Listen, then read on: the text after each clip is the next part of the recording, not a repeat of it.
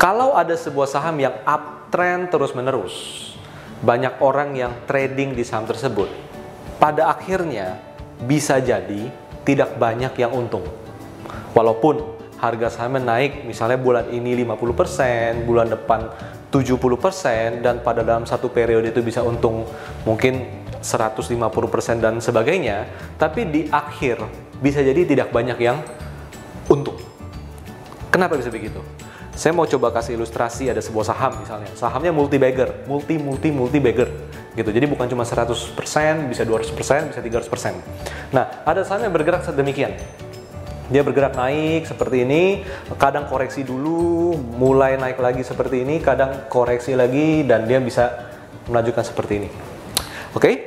Nah, kenapa kita banyak menemukan fakta bahwa ketika saham bergerak uptrend seperti ini, banyak yang untung, tapi at the end of the story, at the end of the rally, itu nggak banyak yang untung.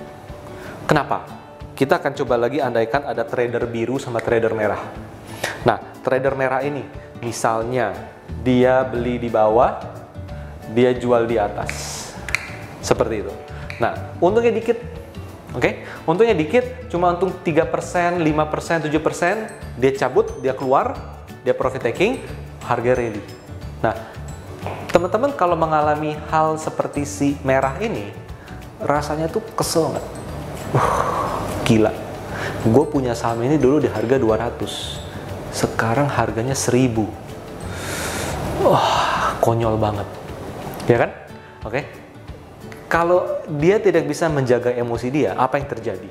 Yang terjadi adalah dia ngikutin perkembangan sahamnya, tiap hari dia lihat ini naik, lihat berita bagus.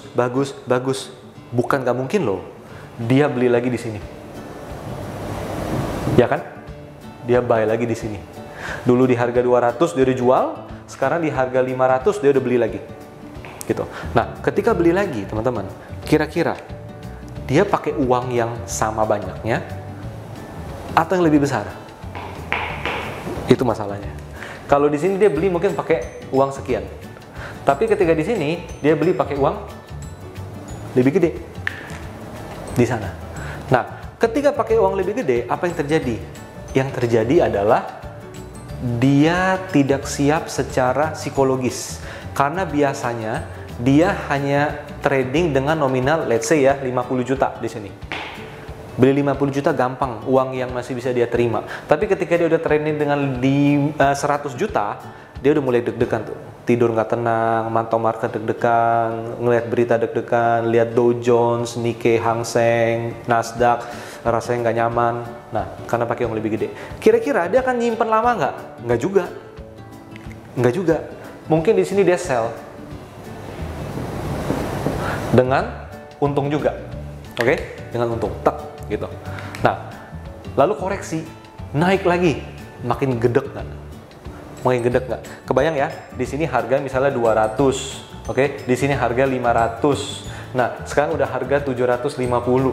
Yang terjadi apa? Makin kesel. Dan dia mulai menghitung ulang. Kalau gua dulu 50 juta disimpan terus, ini di harga 750, ini udah naik berapa kali nih? Ya kan? Udah naik 3 kali lebih.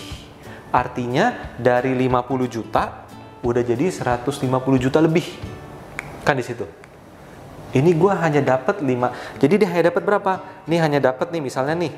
Ini plusnya plus 5%. Oke. Jadi dari uang dia 50 juta naik jadi berapa? 50 juta hanya untung 5% ya. Gitu loh. Sampai ke 51 juta juga, 51 juga kagak gitu. Anggap 51 juta deh. Oke. Kayak gitu. Untungnya dikit banget. Gitu loh, hanya plus 1. Oke? Nah, di sini dia pakai uang berapa? Dia pakai uang misalnya 100 juta. Pakai uang 100 juta, untung berapa? Untung misalnya dia berani simpan lebih lama, 10%. Jadi 110 juta. Ini jadi plus 10. Jadi total 2 ini, jadi gimana? Plus 11. Anggap gitu lah ya, gampangnya cepetnya. Nah, yang terjadi apa? Dia udah melihat nih, dari 200 jadi 750. Orang banyak bilang bisa ke 1000. Wah, Kalau 1000 ya, kalau misalnya 1000 itu di sini nih, 1000 itu di sini misalnya. Kalau saya beli di 750, ya beggar juga enggak. 750 ke segini cuma naik ya 20%-an lah, gitu. Ya udah, saya tahu solusi bagaimana. Saya cairin deposito saya, cairin reksadana saya, pakai uang pensiun saya coba spekulasi, kan trennya masih naik. Oke, yang terjadi adalah dia melakukan pembelian di sini, buy, oke, dengan nominal yang 1, 2, 3, 4, 5, 6, 7, 8, 9, 10 kali dari yang di awal. Yang tadi dia beli 50 juta, dia beli di sini 500 juta. Ada nggak kayak gitu? Ada. Banyak nggak? Banyak. Banyak. Awalnya coba-coba karena sekali dua kali untung, saya mau main gede. Oke? Yang terjadi apa? Nggak bisa tidur. Nggak bisa tidur, teman-teman. Teman-teman harus ingat ya, grafik saham itu nggak segampang ini. Jadi bisa zigzag dulu dalam beberapa minggu baru naik lagi, gitu kan? Nah, di sini dia nggak bisa tidur nih, sleepless di sana. Apalagi pakai uang 500 juta versus dia awalnya cuma 50 juta uang kecil dia, gitu. Nah, yang terjadi apa? Apakah sampai 1000 dia bisa simpen? Enggak, teman-teman. Enggak, gitu. Di sini dia mungkin udah jual. Di sana dia udah jual, gitu. Oke, dari 500 juta, dari uang 500 juta, simpan 10% pun nggak berani. Beraninya paling cuma 5%. Jadi dari 500 juta, 5% jadi 500 berapa nih? 502,5 misalnya gitu ya. Seperti itu ya. Atau enggak deh, udah deh 520 deh, 520 juta. Nah, ini plusnya berapa? Plus 20. Oke, dari sini digabung jadi misalnya plus 31 juta. Oke, seperti itu. Nah, yang terjadi apa? Dia semakin diikuti, semakin penasaran, dan semakin gak sabar, dan semakin agresif, dan semakin greedy. Nah, yang terjadi apa? Ketika harga udah di sini, dia masuk lagi di sini. Dia melakukan pembelian lagi dengan nominal yang gajah. Buy. Ini kayaknya keluar dari frame nih, oke? Ini istilahnya pakai nominal yang gede banget deh, oke? Yang gede banget. Dan ternyata harganya turun.